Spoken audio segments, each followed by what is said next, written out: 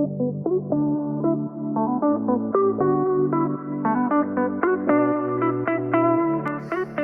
everybody, Jobn from the Time Pals here. Just wanted to give a shout out to my partners over at Legendary Supplements and the Legendary Legion. Their Crack and Intense Focus Blizzard Mojito flavor is something I've been using all week to focus on my work and get it done quickly and efficiently.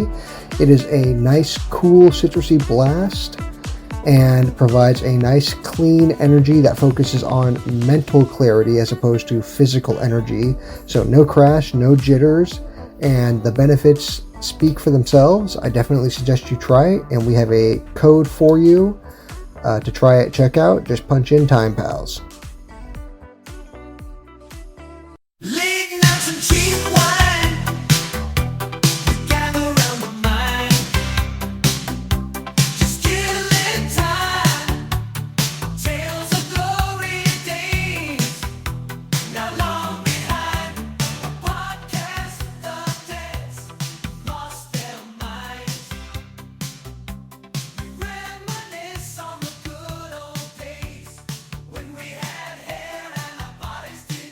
Hey, it's Underscore of the Time Pals. This week, John's brought us some movie roulette. He's going to go over and review, discuss some of the weirdest and, in my opinion, most wonderful movies that he's brought to us in a long time. Probably the only thing worth his existence, if we're being fair. So, with me, as always, is ShadoSpartan. Who watches The Watchmen of the Time Pals. See? That's why I like him, John.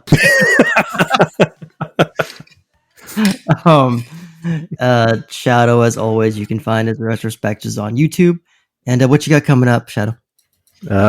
Continuing with Guild Wars, doing the first expansion, Factions. When does that kind of coming out? Last day of the month. 30th, 31st, I don't know. Sweet, looking forward to it, man. And, of course, basically of the three of us today, Nickel is not in. He'd be my last choice. His legendary supplement sponsor, obviously Kraken enthusiast, Jobn. I have nothing for this. I don't know why I'm so tired today. I feel hungover, but I don't drink, so I don't know how I could feel hungover. It's just it's weird. We're gonna take that because you are literally the sponsor for an energy drink. You're perfect. Yeah, right. Maybe I shouldn't have left those at work, and I should have instead brought them here for this exact moment. But yeah, right. I don't know what it was. That was legendary energy drink supplement sponsor Jobn. Barely awake today because I don't have them with me. Right. See, now we know. Now you don't have the drink. You feel like 10 pounds of shit in a 5-pound bag. There you go. That's the best sponsorship call out I could give.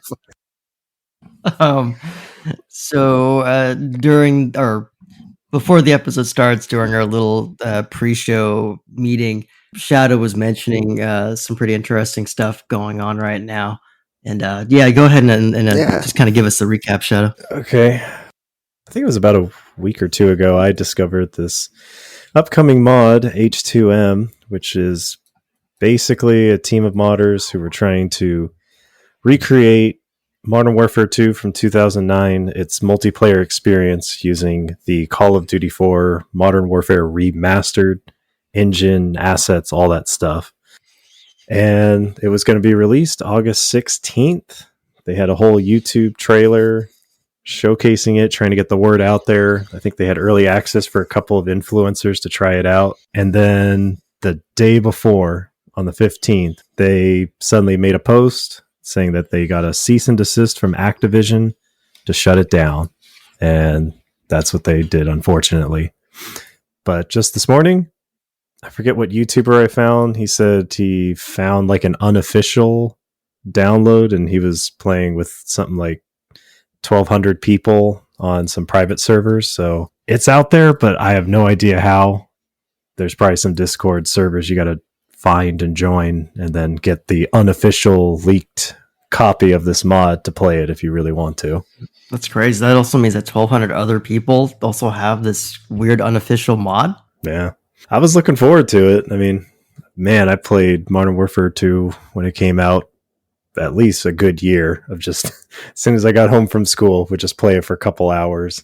Yeah, Modern Warfare, it wasn't like not it wasn't a huge part of my like gaming rotation, but it was crazy fun for sure. Like it was even somebody like me who didn't play a lot of the Modern Warfare games, I remember Modern Warfare 2 very well.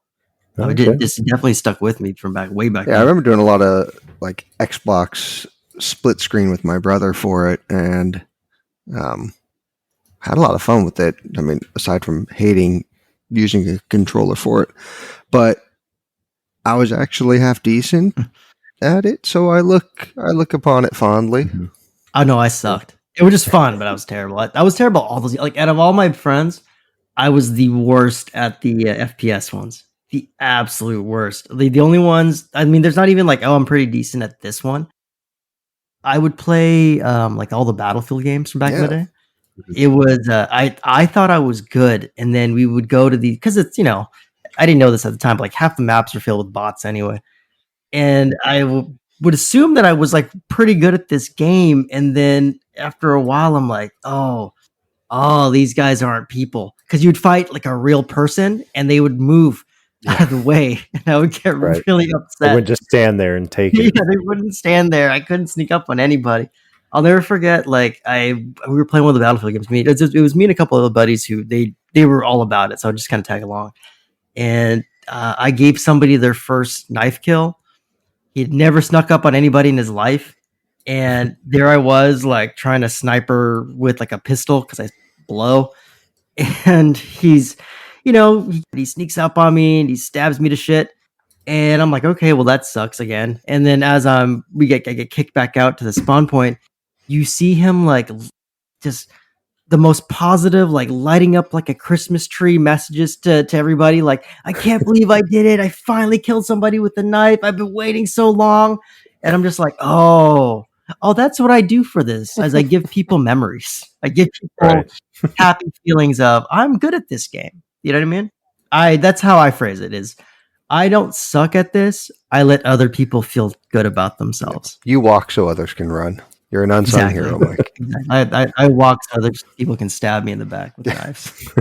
It's interesting because I mean I hadn't heard about this until you mentioned it earlier, like when we were talking before. But one of the things that stuck out to me is that it's a free mod, but it requires them to still purchase the game from Activision. And like, you would think they would look at that as another revenue stream for a game that it's not the newest Call of Duty, right? That the engine they're doing it on? No, it's not. To keep interest in this older Call, because a new one just came out, right? And so this would keep interest in the previous title as well. Black Ops 6 is the newest one that's coming out in October. God damn, I'm old. Yeah. We're at 6 now. I just remember the World War II games. I mean, I stopped in Modern Warfare 3 from 2011. That was kind of the last one I was like kind of playing religiously. That was the last one where I think it was like it was still under the whole like this is the most popular game series ever. Everybody was talking about it. I feel like I don't hear anybody really talk about Modern Warfare anymore. Like not like that. Not really. Or once a year, some trailer comes out. It's like, oh, another Call of Duty, and I'm just kind of shrugging, just like, oh, whatever. It's still same old, same old. Their version of Fortnite, that's what, Warzone? Yeah. The one? Yeah, that's probably the first time that came out. I remember playing it because that hype machine got to me.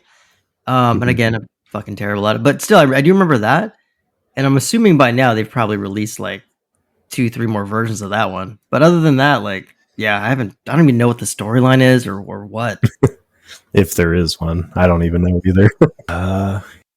Oh yeah, that was one thing I forgot to mention, the conspiracy. Because Activision must have known about this mod, and it does seem a bit convenient that they wait until the day before to send out that cease and desist. I think I did hear that Valve, if you bought it on Steam, because I should say the mod did make it clear, you have to have Call of Duty 4 Modern Warfare Remastered. I think on Steam it was on 50% off. It was $20. So for since that game came out in 2016, 2017, the remaster. I'm trying to remember if it was like at its all-time peak of like maybe 30 players or something on the multiplayer. But after this mod had come out and announced when it was coming out, suddenly there's a huge spike in purchasing this game. Like it made, I think, number 2 just under Counter-Strike 2 on Steam's charts. So tons of people did buy into this. They were looking forward to it. So all that money was going to Activision. But then they waited until the day before to then pull the rug out from under them. Interesting. It is weird whenever companies do that thing where they're like, it's almost like they see what you could do and they just kind of get scared. They're just allergic to good vibes and money sometimes. When these are corporations and you're just like, we normally don't want to give you our money. Here you go. Here's your chance. It's Right. very odd. And I get it that they own the IP. They can do this kind of thing. I guess it doesn't stop us from saying to them, it's like, yo, this is messed up. Come on. Yeah. It's for the fans. But if you want to be, a greedy corporation holding on to this, it's their prerogative to do it. Interesting. It feels like we're in like a time period where this is becoming more and more common. I don't know if they used to let it, other than like Nintendo. I don't know if people just didn't really care as much about like mods and stuff. And then now, within the past few years, it feels like they're being shut down a lot quicker. A little bit, but did you hear about Fallout London that came out recently? Also, like maybe a month ago. I heard it's very good. I haven't tried it yet. And you'd almost think like Bethesda would, shut that down, but so far they haven't said anything. They haven't told them like, oh, cease and desist. No, they let this mod go or let it get released. Yeah, I mean, it really just depends on what companies, I guess, you want to support. So Fallout 4, I'm sure, that was the only thing you had to have. Yeah. And I think, but I know when London came out, with the exception of a few reviewers here and there who are like, oh, it's too buggy and whatnot, the whole community has been praising it. They've been flipping for it. So to me, I can't believe I'm praising Bethesda, but to me, if you're Bethesda, right. It's like, just like you were saying, where with Call of Duty, like, now they have all these guys are going to be more interested in our game. They're already more interested now because of the TV show. So you can buy Fallout 4, get this mod that kind of brings it into slightly more modern times. Yeah, and it's a win-win because now you've got a brand new game that's still ours. You still spent money on it, and until we release more stuff from us, you're just gonna coast and be hyped for for however long. Exactly. It's like Nintendo used to do this shit all the time. I mean, maybe it could matter since Fallout is a single player experience versus Call of Duty, which is a multiplayer experience. And I could see that with Activision, that even though they made, extra money from the remaster, the $20, or, as this gets more popular, if it does, then more people would have to buy it. But since their whole economy, I guess, is we want people playing the newest Call of Duty, which is $70 still. We want you playing Warzone, which is free to play, but we've got battle passes, we've got microtransactions, and when I've hopped onto it, I had to get through like 10 different screens that are like, "Hey, buy this WWE wrestler skin." Oh my god, I should have gotten it. Yes, right, Cody Rhodes is doing the Crossroads in like Fallujah. Yep. It's fucking amazing. I know you would love it, Mike. The moment I saw it, I'm like, I live in like the best timeline sometimes. Like, how did my like nerddom get into your macho chest beating game? I don't know how my fake fighting obsession has gotten into Modern Warfare. It blew my freaking mind. So yeah, that's really the main things to talk about with that. Yeah, cool. No, thank you for bringing it up for sure. So this week, Jobn is introducing a brand new series called Retro Movie Roulette.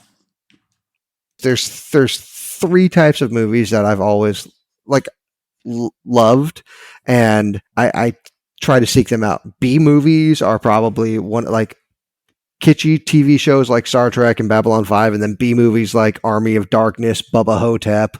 Like, I realize I just named 2 Bruce Campbell movies, but he is the B movie king. So yeah, I was gonna say, man as a type. Yeah. So like, I like Army of Darkness and Evil Dead. Yeah.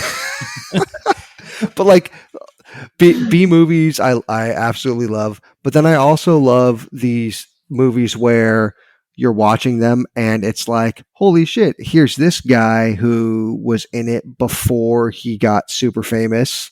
And seeing them when they're just kind of getting into it. Like State of Grace is a great example with like I think Gary Oldman was just getting super popular back then. Because what was 1990? So, but then now Gary Oldman is like everyone is just Gary Oldman's the best. Yeah. So, I mean, one of the things that I was thinking about when wanting to do an episode that ended up, I think we all realized it'd be a good series of episodes, was that there are a lot of good movies that either did not get the, I don't want to say release or awareness, but the credit they deserve for being a good movie. Could be for any number of reasons. Just no budgeting for marketing. Could be that something else came out. Could be that it was released as a film festival film only, and they did great, or they became cult classics or something like that. But then also, there's a lot of them where you look at it and you slowly start to realize how many people that are in it that it was before they were famous. So I just kind of wanted to go into some of these. I mean, I had a big old list of them, and I just thought it'd be fun to just talk about them and see what you guys remembered, if you'd even heard of them, talk about these good movies. You weren't kidding about a big old list. There was like 15 movies on there. You're like, I need you guys to familiarize yourselves in 4 days. And I'm like, we have jobs, so I will do the best I can. Yeah, it was the realization that we work in different kinds of work to where I have more time available afterwards. But yeah, no, it'll be a little better prepared, not better prepared so much next time, but you guys will have more lead in next time. Definitely. Like these lists will be. That's why it's a roulette. That is. So the first one that I want to bring up is a movie called Charley Varrick, or Varrick. I'm not quite 100% on the pronunciation there, but Charley Varrick. That's what we'll go with. It was a 1973 movie. And before we start that, when I give you guys the name of Walter Matthau, what comes up in your heads? Walter Matthau is a grumpy man in every movie. That's what I think. Right? I think his one of his big movies is literally called Grumpy Old Man. Yes, it is. I think he was also in Dennis the Menace. Yep, he was the angry neighbor who's Mr. Wilson in Dennis the Menace. That's what I remember him from. That's right. Yeah, see that one. I'm sure there's other stuff, but you think very angry old guy. Yeah. Who mumbles a lot. Yes. Dom, does anything pop in when you hear Walter Matthau? No, nothing. Nothing really? Oh man. Okay. Well, I feel like a lot of people know him mainly for comedy. Like I said, I think Dennis the Menace, Grumpy Old Men, Dennis the Menace, because it was a 90s flick. He's the odd couple, right? Like if you go back far, yeah. And like Dennis the Menace, I loved as a kid, and Grumpy Old Men, I love now because I'm a grumpy old man. They both resonate with me for different reasons. But in the 70s, Walter Matthau made a gritty noir-style crime movie. Oh, get out of here. Yeah. And it was actually it was really good. And it was one of the first of 4 non-comedy movies that he made in the 70s, all of which were well regarded, but most of which did not do great at the box office. But this one, Charley Varrick, landed him a BAFTA for Best Actor, despite that disappointing office presence. So it didn't get him any awards in the US, but he got a BAFTA for it, and he did great in it. I will not read the plot word for word to you. I kind of summarized it in a bit better of a way to give a little bit of the script. So Charley Varrick is a former air circus stunt pilot turned crop duster. And he is then forced out of business by big corporate farming combines. So these days, he and a tight-knit crew rob banks in isolated rural areas instead, and they stick to little operations that aren't insured by the federal government to keep the FBI off their backs. Small hauls, but low risk. That is until a well-planned heist becomes a bloodbath because it was a mob money laundering front. Wow. It's one of those movies where they go right into it. They don't give you a lot of backstory, but the way that the film is structured, things come out, you learn things as you go, and it's like it keeps you, I don't want to say on your toes, but it keeps your interest the entire time. You're following along and this with is played as a straight, gritty crime movie? Yep. It's like the whole thing is heist goes wrong. They escape with a bunch of money, and now the mob is trying to get them and get their money back, and they're trying to get out alive. And at no point in time does like a small rambunctious boy throw a pie at Walter Matthau or anything like that. That's crazy. What's funny is I had to see what it looked like, and the first image is the picture of the poster, and it's literally looks like shaved. What's his name? What's his name from Death Wish? Charles Bronson. Oh God, You literally shaved Charles Bronson's mustache. It stuck him on the cover, and then you give him this gigantic, dirty, hairy gun, and just like it looks like almost. It doesn't even look like a parody. It looks like a completely different person. They've got Matthau trying to look gritty, sexy, which is the only thing I can think of. And then there's like a crop duster plane in the back that somebody's running away from. He's got a bag of money that says Money Bank or something on there.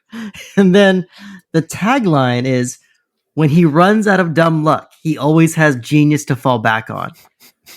What you're looking at, though, is not some slick, like super smart genius dude. He looks like old disgruntled cop. Yeah. Like I'm going to keep shooting with my gun until I solve the crime kind of deal. Oh, 100%. He looks like there's a point in the movie where he is in old man makeup and he just looks like 90s Walter Matthau. And then he takes off the gray wig and everything else. He just looks like 90s Walter Matthau. Like the man has been in his 70s since the 70s. His entire career. Like it blew, but then I was looking at him, I'm like, but he's like, he looks like he's young, but it looks like there's something off about it. It's weird.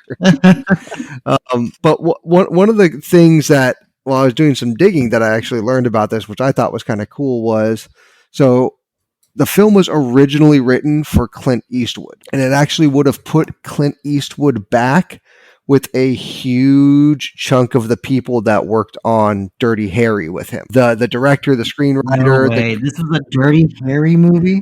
Yeah. So it was supposed to be like not a follow-up, but like it was supposed to be the next Crew. And it's got a bunch of good co-stars in it. I don't think any of you guys are as Star Trek happy as I am, but Andrew Robinson, who's a huge part of Deep Space Nine, is in there, and I've got a mad nerd crush on him. But one that I think you guys talk about Big Hit. I forgot he was in that shit too. Yeah, because he played the bad guy in Dirty Harry also, which was weird to me. I never knew that. But one guy you guys might know is John Vernon, who I never really dug into his career, but his resume is massive.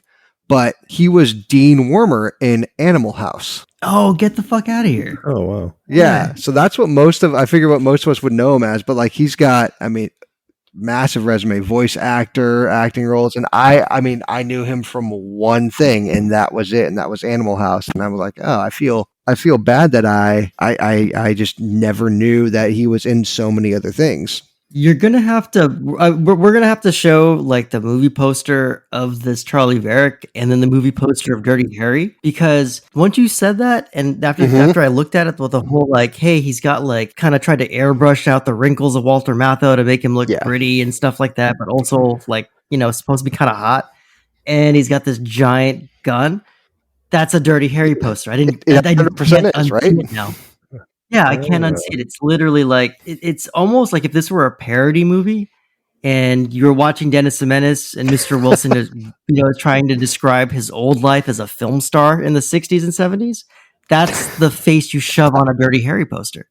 That would be. That's amazing. One thing, Dom, that I think you might be able to appreciate because you are a fan of the Splinter Cell games, right? Or is that Chris? That's Chris. That's Chris. I thought that one. Okay, well, never. Well, the composer for this one also is another one of those, like, it's the 70s, and then throughout time he just did a bunch of stuff, but like he did the Splinter Cell video game scores, he did the Rush Hour movies. Like, this was, a kind of a veritable who's who of a big crew for this. But I think Eastwood turned it down, but we're not mad because he went and directed and starred in High Plains Drifter that same year. So we're like, okay, cool, this worked out. Wow.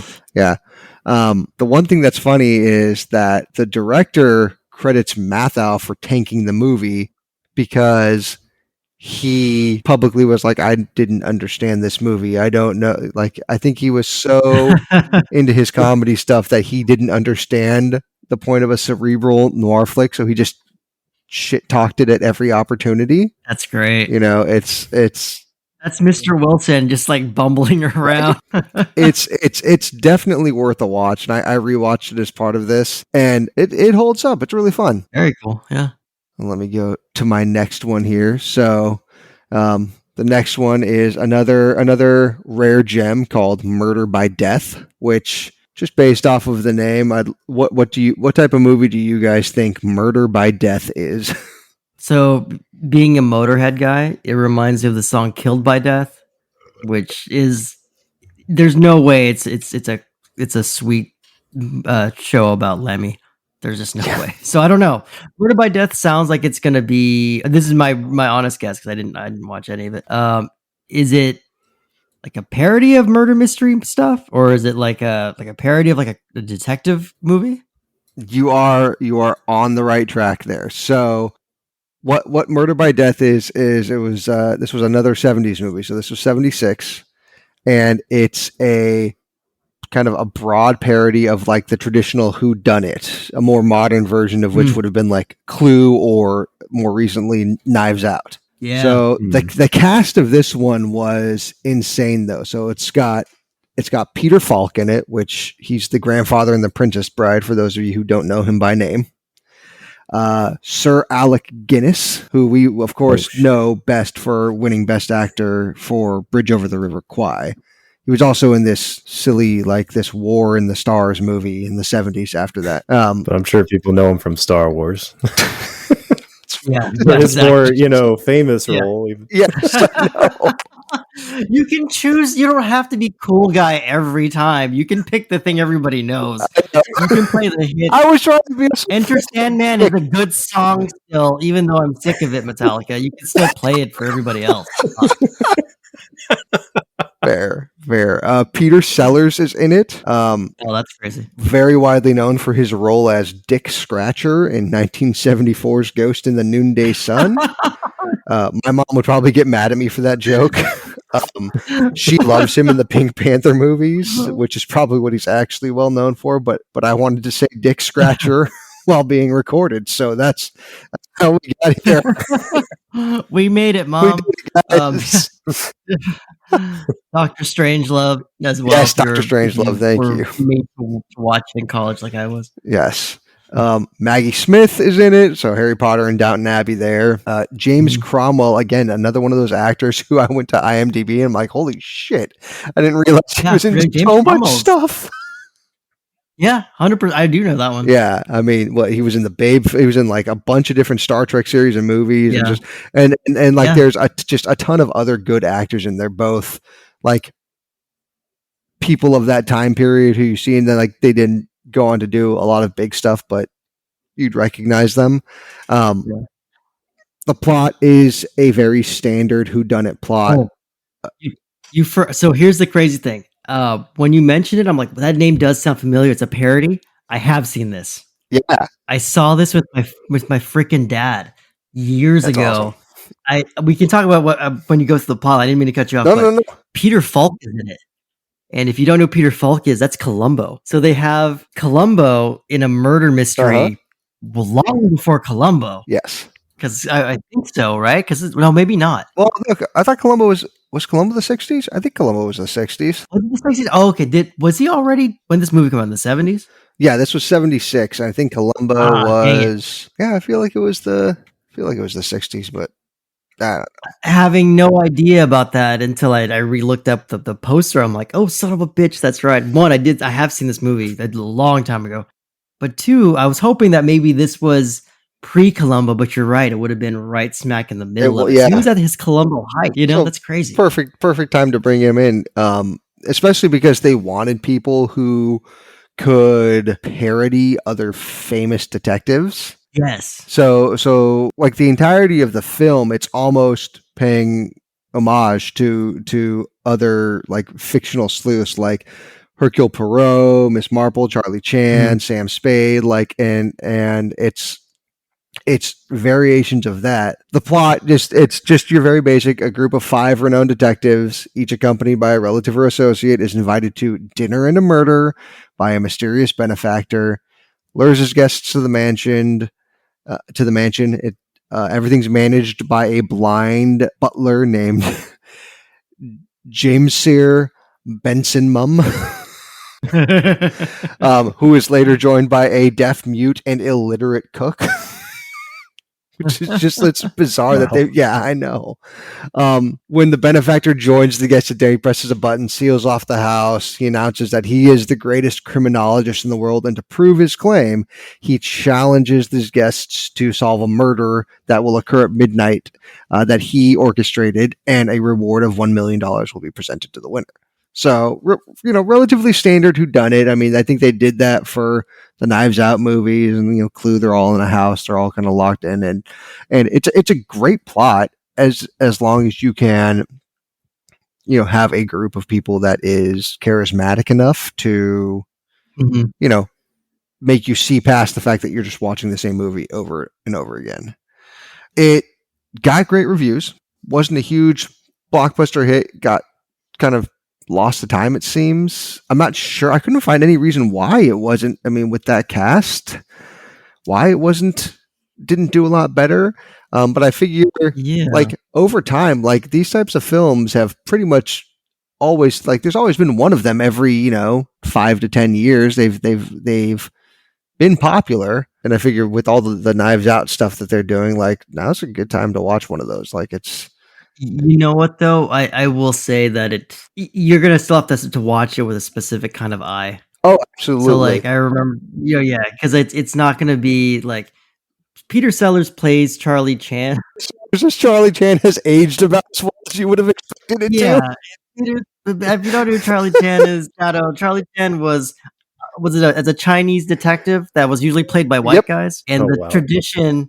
Yeah, right. So the tradition continued in this, as Peter Sellers is in what we call Yellowface. Good old Yellowface. And he doesn't even get to solve the crime. Nobody does. Spoiler alert.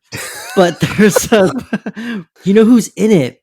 And here's my brain, who I immediately had to like remind myself when you were talking. I'm like, fuck, I remember liking this movie. But Truman Capote is in it. Yeah. It's his debut big screen role. Yeah. And I didn't know, I know now, literally right this second. And I remember the character. I don't want to spoil it, but yeah, that's the fact that he is in it is insane. Yeah. He was an author and did show stuff, but he never did a big screen. And if you're not familiar, Shadow, like he wrote In Cold Blood, which was a game changer for true crime. Oh, so like he's an incredible writer. Probably obviously one of the best true crime writers who ever existed. Like the people still cite his work. And it's insane that after reading all of those names, it's just like Jobn was saying, it's like one legend after another legend after another legend. And then when you watch this movie, it's got like tons and tons of goofy ass jokes. Oh yeah. Like I haven't even rewatched it, and I remember distinctly there's this couple, they forget who they're parroting, but they're basically a husband and wife detective team. Mm-hmm. And they, as the movie goes on and like the main character is trying to basically kill everybody off, there's a part where they release it's like some kind of either poisonous spider or like some kind of gas. Mm-hmm. And they release it into this room where this couple is. And the gag is how they survive is that the wife like breathed it all in. So like she tried to sacrifice herself, but it's done as a throwaway line. It's like they show up. You go, hey, how are you alive? He's like, oh, I'm fine. My wife took all the poison. And then they just keep going. And I'm just like, oh, but I remember that really well. Honestly, I remember it too because I don't even know if this is possible, but it first introduced like how you could change the weather and stuff like that for mood. So they basically do a lot of fourth wall breaking. They're like, oh yeah, it's all foggy and it's rainy. It's just like, oh no, there's a machine there, and you see it, and you're just kind of. And I remember watching it. I don't remember how old I was. I was young, but all these like meta moments blew my mind back then for sure. I guarantee you, if I rewatched it now, even with fucking Peter Sellers, Yeah. with the slanty eyes, you know what I mean? Even if with all that, it kind of cringe. It's probably still hilarious. Like I do remember, it absolutely is. It's you have to set that aside. But just overall, it's an amazing movie. Yeah, I agree. I bringing that one up. I'm glad you brought that one up because when you said the name, I'm like, I don't know this at all. And then when you said, oh, it's a parody where they bring all these famous detectives in the same room, and I'm like, I've seen this. And I remember the ending, and I don't want to spoil a movie that was made in the 70s, but if you do watch it, being that it is a lot like Knives Out, definitely takes more of a sillier edge to it. But yeah, it's worth watching. It's worth. I'm hoping it gets the same revival that Clue did, because Clue got a huge revival in the past like decade or so. So yeah, that's Murder by Death should at least be seen by somebody. Yes. Next movie I have on the list. I feel like once I go into it, you guys are going to get a lot of familiarity, feel a lot of familiarity. So we're going to double back and go back to the kind of the neo-noir style of film. This is another one that unfortunately flew under the radar. Frankly, it's the studio's fault because they released it 5 days before Goodfellas came out, so they shot themselves in the foot on that. So it's Scorsese, the American public. He beats out everything else for the American public every time. But State of Grace is, and tell me if you've heard this plot before, right? A Boston cop is recruited to return to his hometown, Hell's Kitchen, New York, and infiltrate the Irish mob ran by his best friend's brother. Yeah.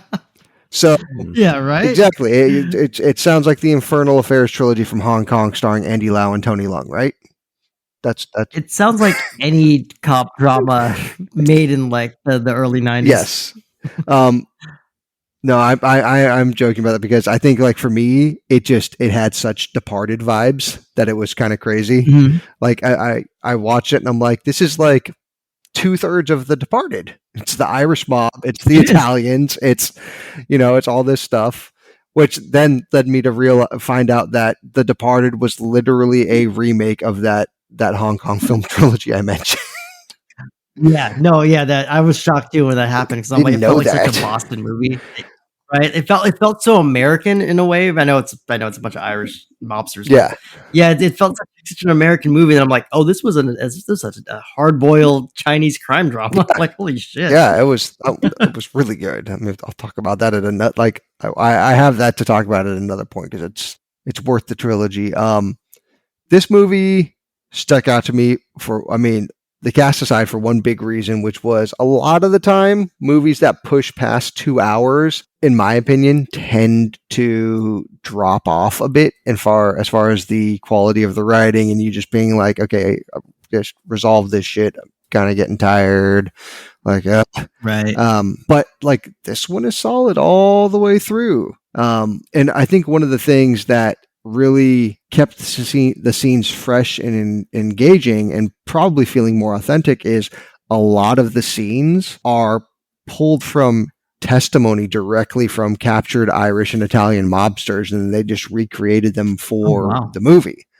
So kind of the authenticity of that, plus the, again, another crazy cast. You've got Sean Penn, got Gary Oldman, you've got Ed Harris. Sean Penn is the lead. Gary Oldman is his best friend. And Ed Harris is the best friend's brother, who is the mob boss. It's got Robin Wright, who I'm sure Dom knows best as her role as Antiope in the Snyder Cut of Justice League, the general of the Of course. Uh, I totally did it. Oh, you actually threw him one. I thought you were gonna pull some like obscure thing again, and I'm like, come on, man! Like Robin Wright's been in a shit ton of movies. But for those of us who don't live and die for His Holiness Zack Snyder, she was in The Princess Bride as Buttercup. John Turturro, who Thank you, asshole. and Forrest Gump as Jenny, the worst girlfriend ever. Yeah. John Turturro, who's one of those people who I see him all over the place. And then Yeah. I'm like, he's amazing in everything he's been in, but what the fuck has he been in aside from Oh Brother, Where Art Thou? And like, again, crazy resume for him, but he's great in everything. John C. Reilly, who, John C. Reilly. Love John C. Reilly. you know, for me, John C. Reilly existed from Talladega Nights on, but apparently he's been around since the 80s. I was not aware of this. He's been Yeah. pushing and doing stuff since then. But probably one of my all-time favorites, Burgess Meredith.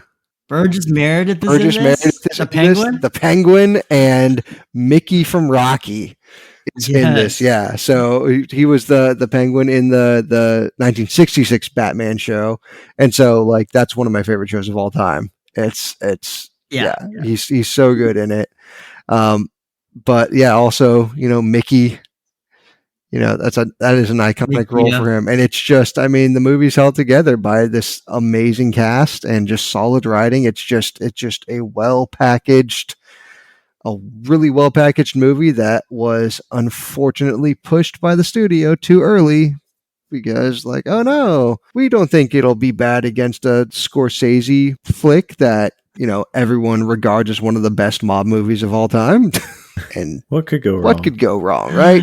Well, it's funny you mentioned that because like you're saying, this feels like an early draft of The Departed, and you have Scorsese coming in there, stealing the thunder immediately with Goodfellas, and then years later stealing this thunder again by releasing The Departed, which is the same movie, or is it roughly the same plot line, but obviously way more influence and nuance. Yeah, that's incredible. I actually remember not so much. I never saw the movie, but when I took a look at the poster, I remember Gary Oldman's character in terms of like his look and stuff. Mhm. So I'm pretty sure this had a little bit of a push somewhere because I recognize the cover and, you know, obviously Sean Penn. Yeah. But yeah, I've seen that. I've never seen the movie, but I recognize the poster for sure.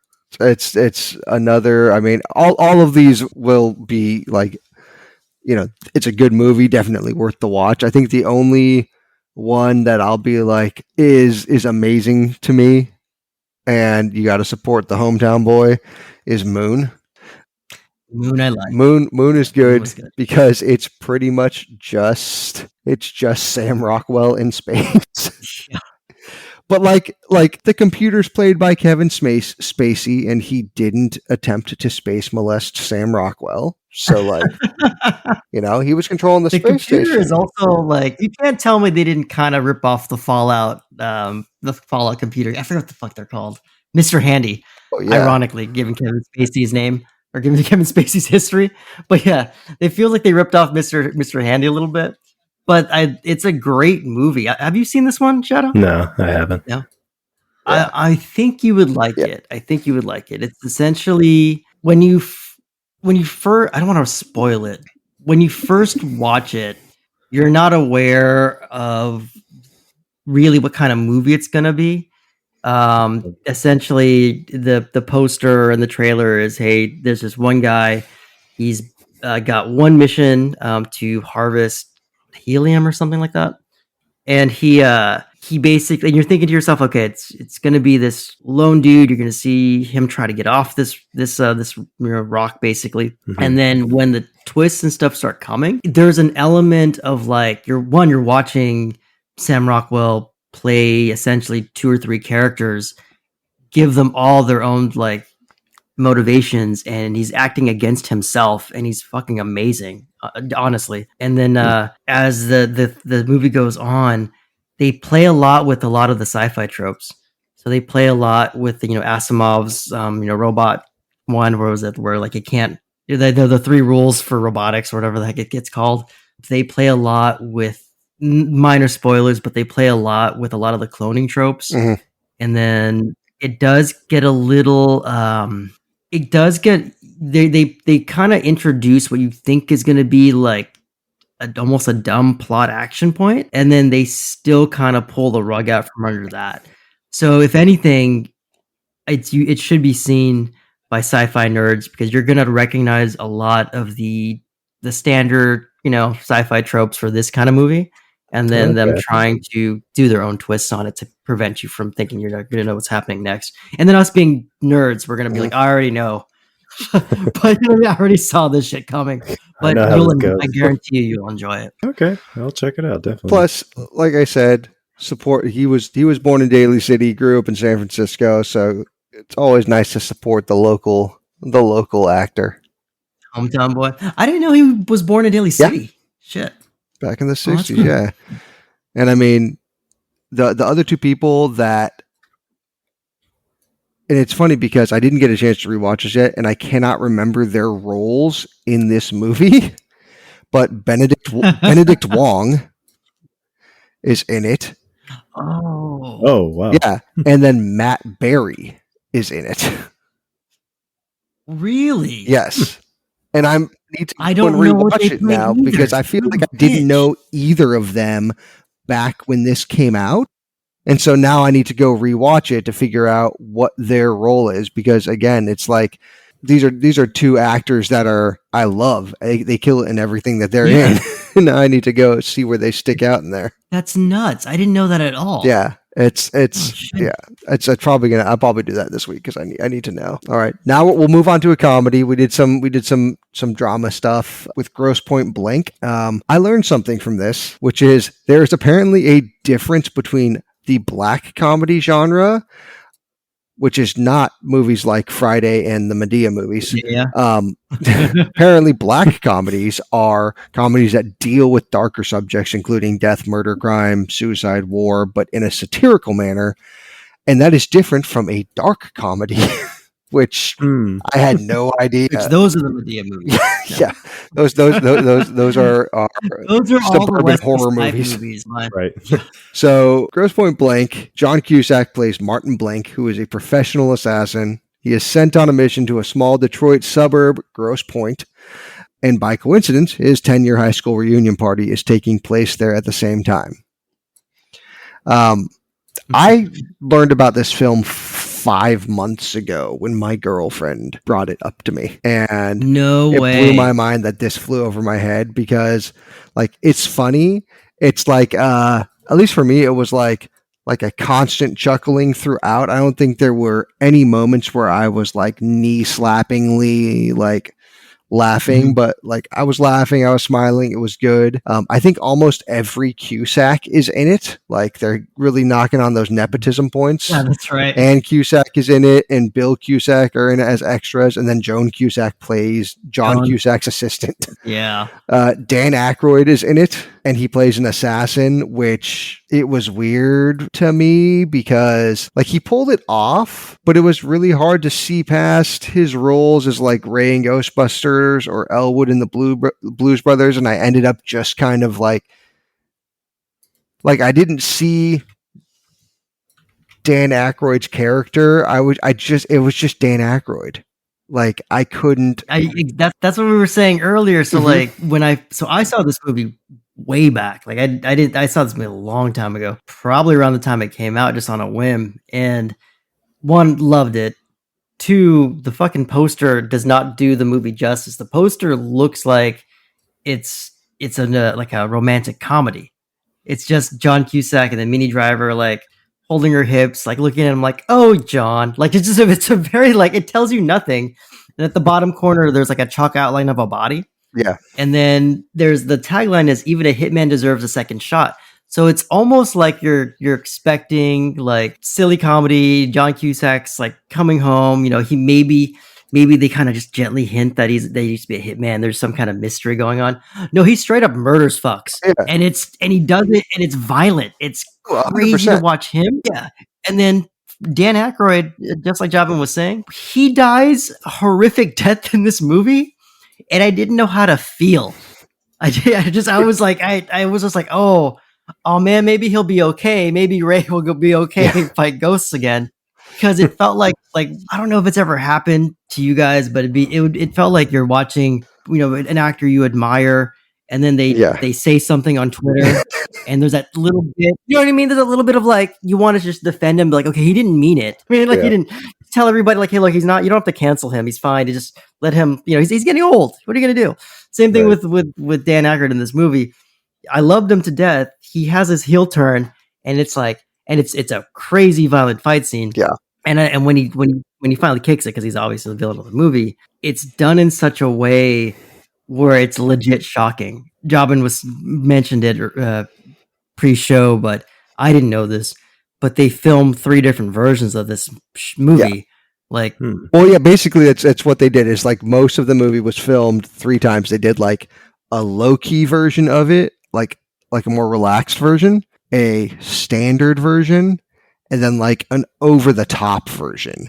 And more times than not, they picked the third one, which was the over-the-top version. And like the gas station, I'll just point out the gas station scene especially, like if you watch it, you'll agree, it's just, for what it is so much crazier than it needs to be. Yeah. But that's part of the charm of the movie. Another kind of fun thing is Hank Azaria, the fucking goat himself, plays an FBI agent. And probably my favorite interactions throughout the entire movie are between Alan Arkin, who plays John Cusack's therapist, and John Cusack.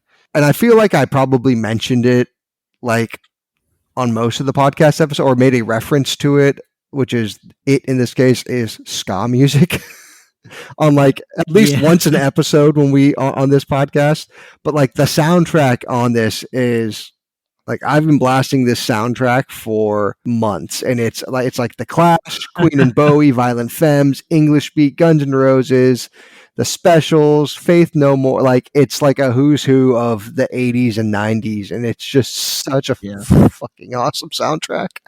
Yeah. Oh, Joe Strummer did the whole soundtrack. That's why The Clash is on it. Oh, see, I didn't catch that part. I didn't realize that Joe Strummer. That makes sense. That makes a lot of sense. Yeah. Like I said, when this came out, I was 100% all in. Like I have the soundtrack somewhere. Yeah. He's the reason why it has that sound. It's literally his song selections. That makes a lot more sense as to why it's so good. Good movie. So the last one I want to do is one that it blows my mind that the more I talk to people, the more people from our generations don't know this movie. Like, this movie came out, I saw it when it came out. The number one reason why I saw it when it came out was Brendan Fraser.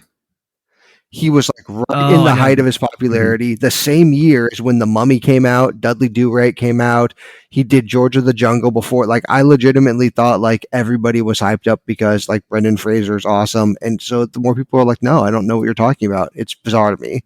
That movie is Blast from the Past. Blast from the Past. Blast from the Past. Movie. Yes, it really is. And so the movie focuses on Adam Weber, who's Brendan Fraser, who was born. There was a bomb scare, and there was the kind of the Cold War nuke scare. So he grew up in a fallout shelter built by his survivalist anti-communist father. And after 35 years, he pops up into the 90s because he has to go out for supplies for them.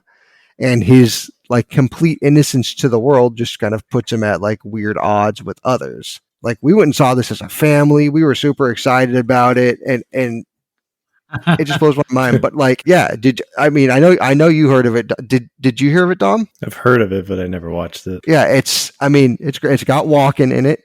So, our Lord and Savior, who plays Brendan Fraser's father. It's got Sissy Spacek in it. I think what would people probably best know her for, Carrie, right? Trying to think. I feel like that's like the biggest. That would probably be the big one, right? Alicia Silverstone, widely regarded as hot 90s babe, and of course, younger sister in Clueless to alleged vampire Paul Rudd. She plays the love interest of the story and is one of the people he meets on the surface. And then a fun kind of standout but smaller role was played by Dave Foley, who was in The Kids in the Hall, and he's done a lot of other things. Very popular in Canada at the time, but like I feel like he was just kind of like.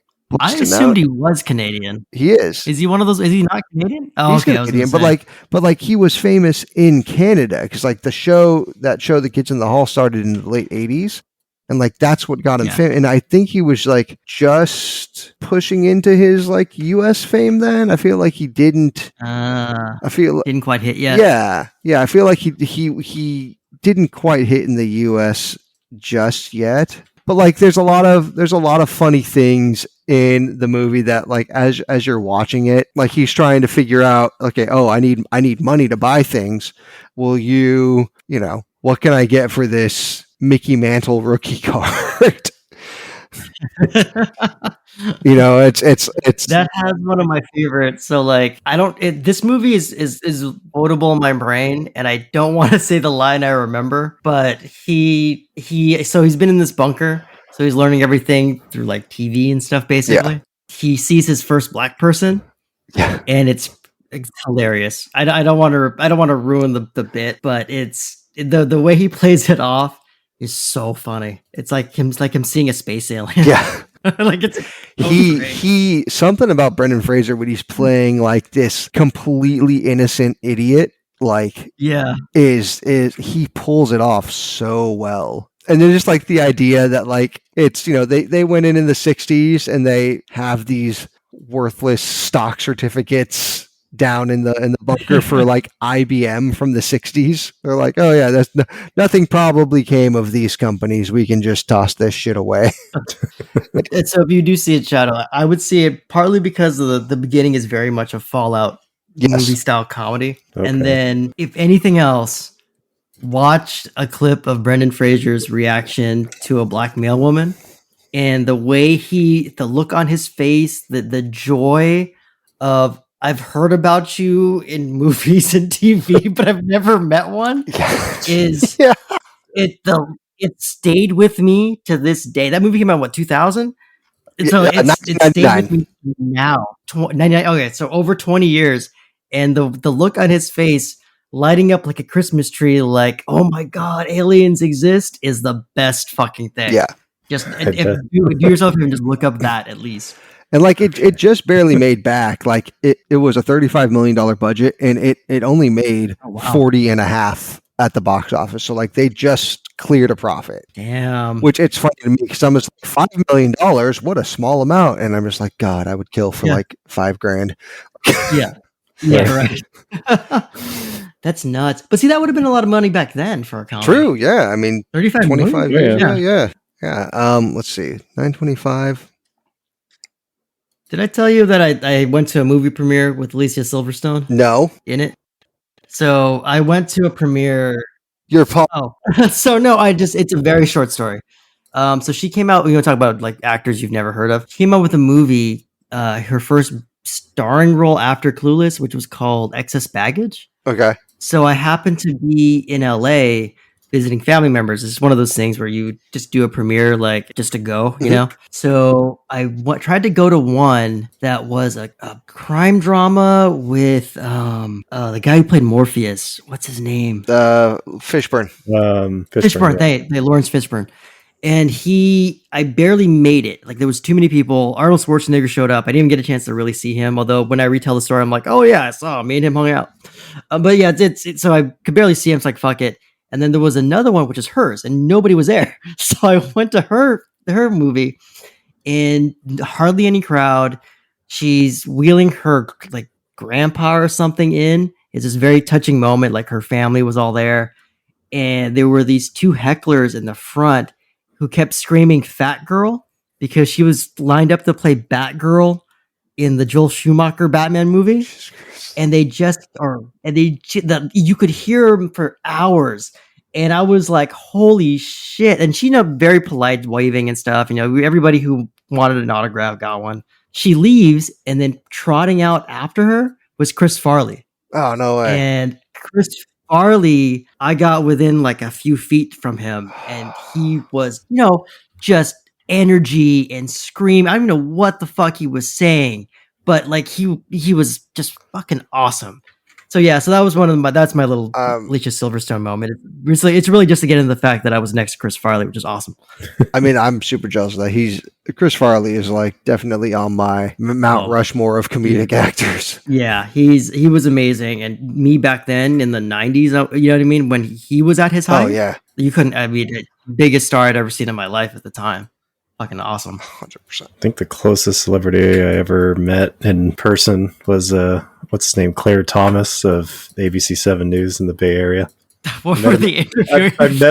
I've met him actually twice. One was at a gun range, and the other was at a Safeway. Oh Jesus Christ, that's crazy! Right? I thought it was like I see him all the time. Yeah, tragedy struck. Everybody's dead. I've never seen so much blood. Anyway, here's Man on the Street. Oh, that's great. That's cool. Oh yeah, we got time for one more, I think. Did we have an episode where we talked about how, like, previously when a studio would, or I feel like it was a conversation maybe we had offline, but like a studio would calculate the fact that, okay, we're making this movie. It costs us $100 million to make. We'll probably clear 45 or 50 at the box office, but then our DVD sales will put us over the top. Yeah. And that's not a thing anymore. Like, yeah, people buy DVDs, but definitely not to the extent that it once was. So now it's so much not a thing that like online streaming companies still don't give out their numbers. Yeah. Like there's still like questions over what actually is being made.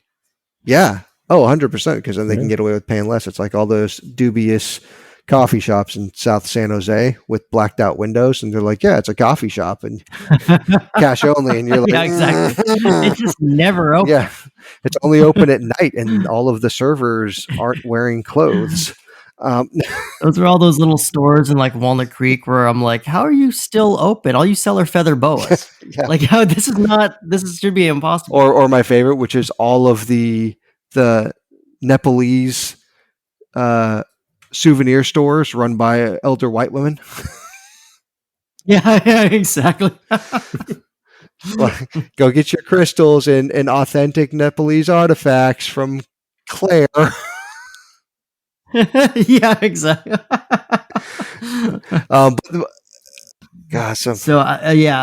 We'll end it around here. So for Underscore and the rest of the Time Pals, Jobn, you got anything else?